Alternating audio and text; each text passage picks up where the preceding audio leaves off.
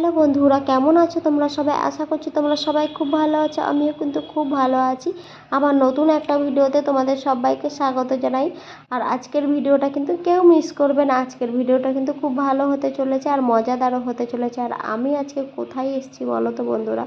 আমি এসেছি আমার মামার বাড়িতে। প্রায় 7-8 বছর আগে এসেছিলাম মামার বাড়ি, আর এই আসলাম 7-8 বছর পর।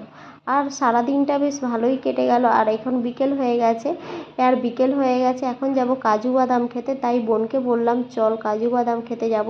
আর প্রায় ভাগটা কিন্তু আমার ছোটোবেলাটা কিন্তু আমার মামার বাড়িতেই কেটেছে বন্ধুরা। তোমাদের সাথে আগে কখনো শেয়ার করিনি, তাই এখন বললাম আর মামার বাড়িতে এসেছি, কাজু বাদাম খেতে যাচ্ছি, তোমাদের সাথে শেয়ার করব না?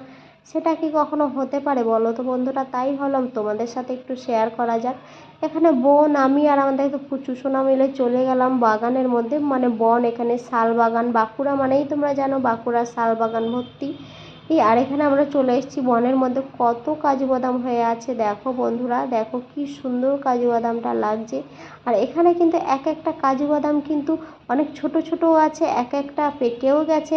এই কাজু বাদামগুলো মোটামুটি পুরোপুরি পাকতে প্রায় এখনও 20-25 দিন কিন্তু লেগে যাবে।